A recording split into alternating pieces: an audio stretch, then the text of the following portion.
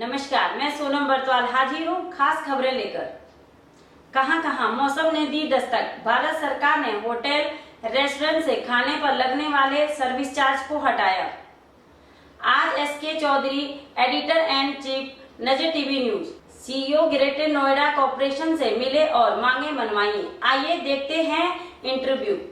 मोदी सरकार द्वारा होटल और रेस्टोरेंट में खाना खाने वालों के लिए बहुत बड़ी राहत दी गई है। अब देश भर में होटल और रेस्टोरेंट में खाना खाने पर सर्विस चार्ज हटा दिया गया। यदि होटल या रेस्टोरेंट सर्विस चार्ज लेता है तो अब यह कानूनी अपराध की श्रेणी में आता है।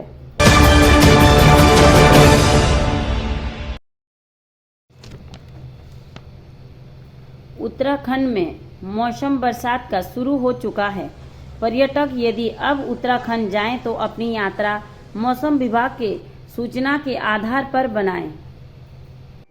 सफाई मजदूरों की समस्याओं के लिए सीईओ यमुना प्राधिकरण ग्रेटर नोएडा गौतम बुद्ध नगर उत्तर प्रदेश द्वारा क्या कहा गया, आइए सुनते हैं। मैं यमुना प्राधिकरण ग्रेटर नोएडा गौतम बुद्ध नगर के सीईओ साहब के सम्मुख हूँ और यहाँ कुछ सफाई कर्मचारियों की समस्याएं थी जिस पर सीईओ साहब ने वो समस्याएं तो सोल्व कर दी, लेकिन क्या क्या सोल्व की हैं समस्याएं, उनका किस किस का निपटारा हो गया है, उस विषय में हम सीईओ साहब से पूछते हैं। सीईओ साहब नमस्कार। सर, नया कॉन्ट्रैक्टर आया था, नए कॉन्ट्रैक्टर की कुछ समस्याएं थी कि जैसे उन्होंने कर्मचारियों को ये कहा कि हम निकाल रहे हैं, आपने बताया कि कोई कर्मचारी नहीं निकाला जाएगा, ये बात अभी आपने कही, इस पर कुछ रोशनी डाली।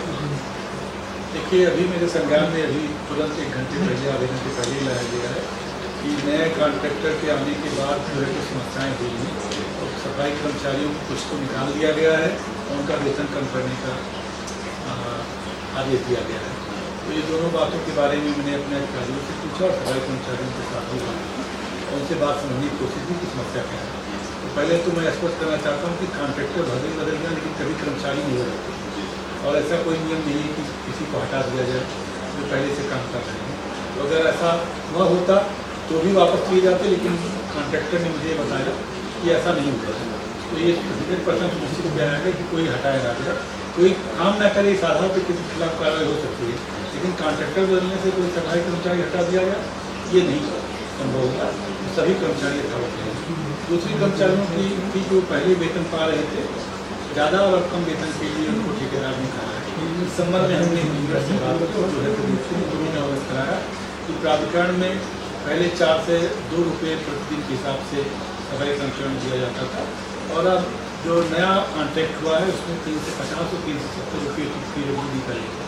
पहले प्राधिकरणों में दिल्ली शेड्यूल रेट लागू कर दिया, 7 रुपये थे उसको, और प्राधिकरणों में PWD रेट लागू हो गया यूपी का, उसमें संभवतः रेट कम है, इस वजह से इन्होंने कॉन्ट्रैक्ट में दिया होगा। उसको मैं बोर्ड से अलग से अप्रूवल लेके करा दूँगा तो ये सुनिश्चित होगा कि 4 से 2 रुपये मिलेगा, उससे कम नहीं मिलेगा।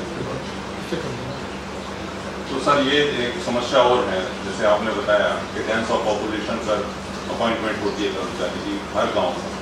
क्या अगर डेंस ऑफ पॉपुलेशन ज़्यादा है तो क्या कर्मचारियों की जनसंख्या बढ़ाई जा सकती है? क्योंकि ऑलरेडी पहली तारीख से कर्मचारियों की संख्या बढ़ाई गई, ये बात कर्मचारियों में आपको नहीं बताई गई, तो कृपया आप जान लें कि 60 और कर्मचारी बढ़ाए।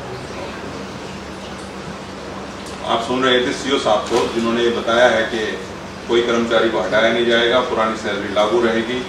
और सर, एक क्वेश्चन और है, EPF इनका कट रहा है? बिल्कुल, EPF कटेगा, खाते में भुगतान होगा। पहले भी EPF कट रहा था, अब भी EPF कटेगा। क्या सर ESI कार्ड इनका बन रहा है? ESI कार्ड के बारे में मुझे नहीं जानकारी है, मैं नहीं भी ऐसे आप बता सकता हूँ, लेकिन EPF कटना है तो मैंडेटरी हो। ESI कार्ड अगर बनने का नियम है तो जरूर बनता है। सर, EPF जिसका कटता है उसका ESI कार्ड बनना चाहिए, ये नियम में है। ESI जो है भारत सरकार की संस्था है, राज्य सरकार की संस्था नहीं। सर, वो EPF के अंदर ही आता है। ये मैं बता रहा हूँ, तो इसलिए ESI के कार्ड के बारे में मैं पता कर दूँगा, अगर बनता है उसके साथ जुड़ा हुआ तो जरूर बनता है। थैंक यू, जानकारी। Thank you. मेरा नाम अजय हितेशी है, मैं भी दिल्ली में रहता हूँ, मेरा गांव भाजर है, आप ही का भाई बना। अब जो लोग हमारे साथ अंदर थे, वैसे तो आपको उन सब ने बता ही दिया होगा सब कुछ, आपको तो बताया, अभी नहीं बताया।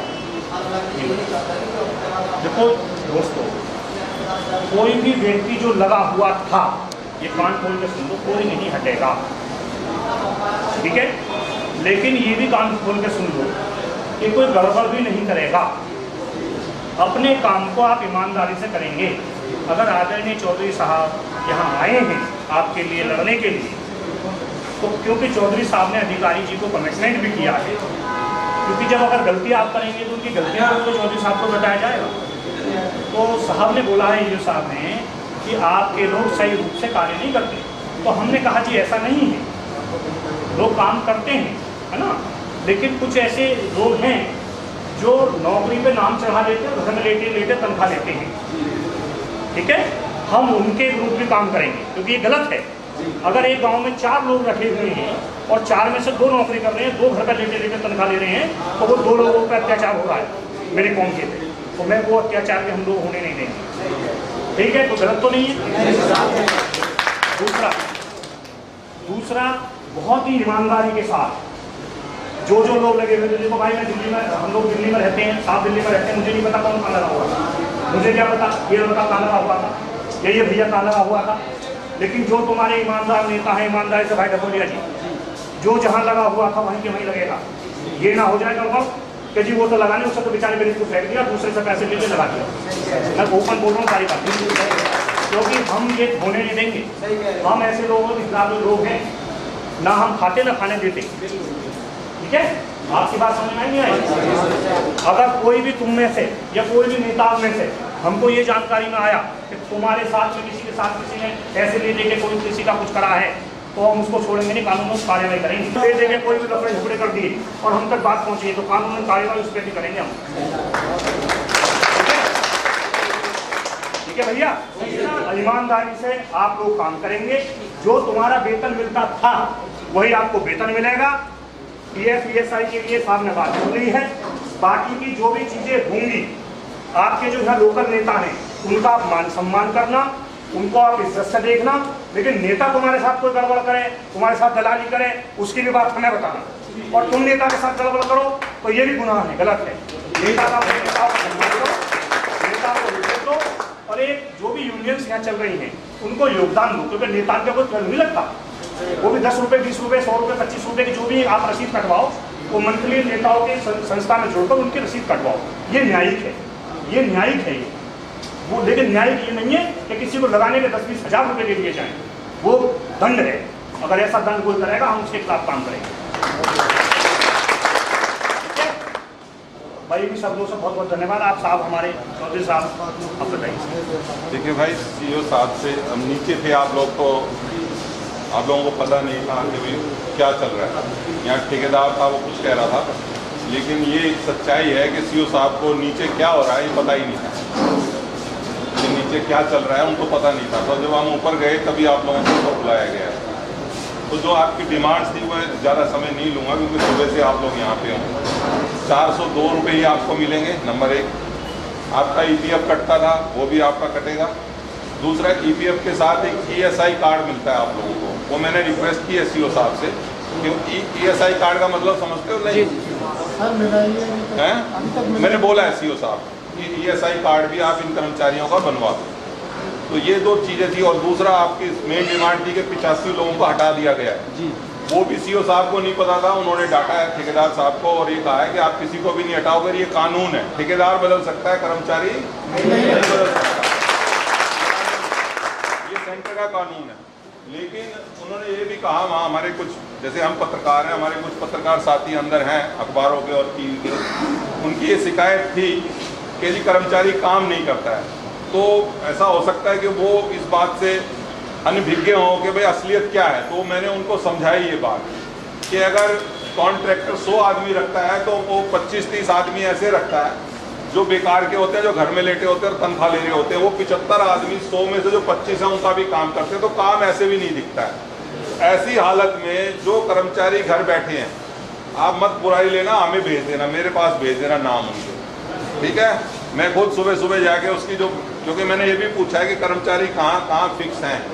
तो जो कर्मचारी काम नहीं करते हैं, क्योंकि मुझे ऐसा लगता है, हो सकता है मैं गलत हूँ, कि कॉन्ट्रैक्टर की शायद कमाई यही हो कि भाई 100 आदमी उसने रखे और 25 घर बैठा लिए और 75 की तनख्वाह दे रहा और 25 की जेब में डाल रहा है। ऐसा हो सकता है, ये सर है आपके बोल, तो ऐसा हो सकता है। ऐसा नहीं कि मैं 100% श्योर हूँ, लेकिन मुझे ऐसा लगता है कि 25-30 लोगों की हेराफेरी करते हैं। नंबर 1। नंबर 2, ऐसा अगर कोई पाया जाता है कर्मचारी ये काम नहीं करता और घर बैठे तनख्वाह उसको दी जा रही, तो आप हमें बताएं, हम सीओ साहब के सामने वो बात रखेंगे, ये कर्मचारी का पता लग, क्योंकि जो कर्मचारी काम नहीं करेगा और उसकी कहीं, जैसे हमारे पीछे इंस्पेक्टर साहब खड़े हैं, इन्हीं के यहाँ उसकी ड्यूटी हो और वो काम करने ही ना आता हो, तो ये तुरंत ही बता देंगे कि जी ये एक फोटो दिखाएंगे कि ये कर्मचारी आता है, तो ये मना कर देंगे कि ये कर्मचारी यहाँ नहीं आता। समझ रहे हो मेरी बात? तो ऐसे कर्मचारी जो घर बैठे हैं, अगर वो 25 कर्मचारी घर बैठ के तनख्वाह लेते हैं तो नुकसान किसका है? सरकार का भी है और तुम्हारा भी है, क्योंकि तुम उनका डबल काम कर रहे हो। उससे क्या है, तुम्हारी सेहत भी बिगड़ती है, आप लोगों का नुकसान भी होता है, ज्यादा काम भी करते और वो काम भी नहीं दिखता। ऐसा होता है ना, आज आपने अपनी जगह छोड़ी काम करने की और उसकी जगह का काम किया तो आपकी गंदी रह गई ना, तो वो वही ऊपर वो कह रहे थे कि आप लोग काम नहीं करते, तो उन्हें समझाया गया कि असलियत क्या है। तो दोनों चीजें, एक जो कर्मचारी, अगर आपकी फिक्स ड्यूटी है यहाँ की तो आप अपना काम करें, और कॉन्ट्रैक्टर अगर आपको कहीं दूसरी जगह जाओ तो उससे मांग लेना ओवर टाइम, क्योंकि उसके पैसे वो खा रहा है, तुम नहीं खा रहे। ठीक है, अपना भी करो और वो कहता है दूसरे का कर दो तो दे दे भाई, ओवर टाइम दे दे। ठीक है जी, लेकिन एक टाइम बाउंड है, टाइम पीरियड है, वो करो और अपनी नौकरी करो बढ़िया ढंग से, कोई दिक्कत नहीं है। जो भी समस्या हो अपने फ़ोन नंबर ले लेना हमारा, मुझे कॉल कर सकते हो, रात को भी कर सकते हो, लेकिन नौकरी अपनी पक्की रखो। ठीक है, नौकरी में कोई वो बहुत धन्यवाद। और नंबर 1, कानून तोड़ने की कोई बात मत करा करो। हमारा संविधान इतना अच्छा है कि अभी हम सीओ साहब के पास गए और सीओ साहब ने कितनी देर लगाई, आप सुबह से यहाँ बजा रहे थे ना गाल 3-4 घंटे से, वहाँ 10 मिनट में आपकी समस्या सोल्व हो गई। तो कानून अगर आप सही ढंग से बात करोगे तो कोई आपको दबा नहीं पाएगा। गलत काम मत करो। कोई, हमें पता चला था कोई हमारा साथी कह रहा था ताला लगा देंगे हम दफ्तर में, ये समस्या का हल नहीं होता, ये कोई समस्या का हल नहीं है। समस्या का हल बड़े प्यार से और कानून से हो सकता है। तो बहुत बहुत आप लोगों का शुक्रिया था कि आप शांति बनाए रखकर 85 के 85 लोग काम करेंगे और किसी तरह की कोई समस्या नहीं है। अगर किसी को हटाया जाता है तो आप बता दें, ठीक है। आराधर देहरादून के दून 777 होटल की सेवाएं जैसे रूम, रेस्टोरेंट, पार्टी हॉल और फूड की सेवाएं बहुत बढ़िया दी जाती हैं। दून 777 होटल में दिल्ली से देहरादून पहुंचने वाले ग्राहकों को विशेष छूट आजकल दी जाती हैं। मैं नजर न्यूज टीवी चैनल पुलिस हमारे बीच में डायरेक्टर जी बता रहे हैं एस.के. चौधरी जी और उनकी टीम, मैं उनका हृदय से स्वागत करता हूँ। हमारे बीच में इस होटल के डायरेक्टर राकेश कुमार जी और उनके पुत्र गौरव जी हैं, और हमारे बीच में हमारे मदन जी हैं, हमारे जो है मित्र हैं, और राजीव राजौरी जी। हमारे मित्र जी ने अभी कुछ ही समय पहले ये होटल लिया है और यहाँ पर होटल का नाम है होटल दून 777 आराधर चौक, देहरादून, उत्तराखंड। फैमिली रेस्टोरेंट है, एसी रूम है, यहाँ पर ब्रेकफास्ट, लंच, डिनर सारी सुविधा यहाँ पर। बर्थडे पार्टी भी होती है और बर्थडे की पार्टी भी होती है, किटी पार्टी भी होती है, और कोई भी फंक्शन यहाँ पे करना चाहे सब तरह की यहाँ पे जो सुविधा है। रूम की भी सुविधा है। आप सब लोग यहाँ पे पधारे, आप लोग का बहुत बहुत धन्यवाद। राजेंद्र केसला, देहरादून, उत्तराखंड। आप देख रहे थे सच्ची खबरें। आगामी न्यूज में दिल्ली नगर निगम के एक और नेता के भ्रष्टाचार का खुलासा हम करेंगे, तो रहिए ना बेखबर। नजर टीवी न्यूज की भ्रष्टाचारियों पर है नजर। जा सकते हैं YouTube चैनल पर नजर टीवी न्यूज को सब्सक्राइब करके। आप जल्द सब्सक्राइब करें और रोजाना नजर टीवी न्यूज YouTube चैनल पर न्यूज देखें, जिससे आपका ज्ञान वर्धन ही होगा, साथ ही देश विदेश की खबरें भी आप पाएंगे। उसके साथ साथ यदि आप हमें न्यूज भेजेंगे आपसे रिलेटेड, तो उसको भी हम अपने न्यूज चैनल में जरूर से जरूर सम्मिलित करेंगे। धन्यवाद।